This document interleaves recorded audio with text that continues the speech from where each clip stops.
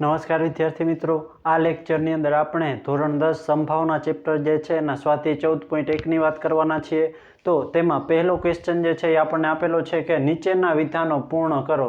એટલે 5 ખાલી જગ્યા આપેલી છે અને ઘણી બધી વખત આમાંથી બોર્ડમાં 1 માર્કની અંદર હેતુલક્ષી પૂછાઈ ગયો છે. તો સૌથી પહેલી ખાલી જગ્યાની વાત કરવામાં આવે તો ઘટના ઈની સંભાવના વધતા ઘટના ઈ નહીંની સંભાવના, એટલે કે બે પૂરક ઘટનાઓ આપેલી છે ઈ અને ઈ નહીં, એનો સરવાળો. તો પૂરક ઘટનાઓનો સરવાળો આપણે શીખી ગયા છીએ કે 1 થાય. ત્યાર પછી ઉદ્ભવી ન શકે તેવી ઘટનાની સંભાવના ખાલી જગ્યા છે. જે કોઈ દિવસ ઉદ્ભવવાની છે જ નહીં, જેમ કે સૂર્ય ઉત્તરમાં ઉગે તો એ ઉદ્ભવવાની છે જ નહીં, તો આવી ઘટના જે હોય એની સંભાવના થાય 0. અને આવી ઘટનાને ખાલી જગ્યા કહે છે તો આ અશક્ય ઘટના છે, જે કોઈ દિવસ ઉદ્ભવવાની જ નથી. ત્યાર પછી ત્રીજી ખાલી જગ્યા છે કે ચોક્કસપણે ઉદ્ભવતી ઘટનાની સંભાવના ખાલી જગ્યા છે. તો ચોક્કસ જ છે કે આ ઉદ્ભવવાનું જ છે. સૂર્ય પૂર્વમાં ઉગે તો એ ઉગવાનો જ છે, આ ચોક્કસ ઘટના છે. તો ચોક્કસપણે ઉદ્ભવતી ઘટનાની સંભાવના જે છે એ 1 થાય.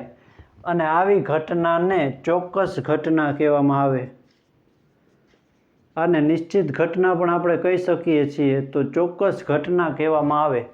ત્યાર પછી ચોથું છે પ્રયોગની તમામ મૂળભૂત પ્રાથમિક ઘટનાઓની સંભાવનાનો સરવાળો. તો આપણે ઉદાહરણની અંદર જોઈ ગયા છીએ કે તમામ પ્રાથમિક ઘટનાઓનો સરવાળો હંમેશા જે છે એ 1 જ હોય. કેટલો હોય? ત્યાર પછી ઘટનાની સંભાવના ખાલી જગ્યાથી મોટી, તો કોનાથી મોટી હોય સંભાવના? તો 0થી મોટી હોય અથવા તેના જેટલી હોય, અને 1થી નાની હોય અથવા તો જે છે એ તેના જેટલી હોય છે.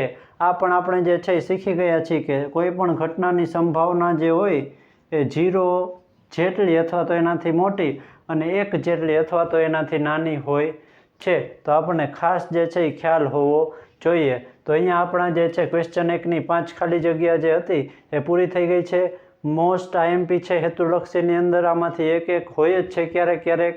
તો આપણે ખાસ આ પ્રશ્નને કરી લેશું અને બહુ જ સરળ છે.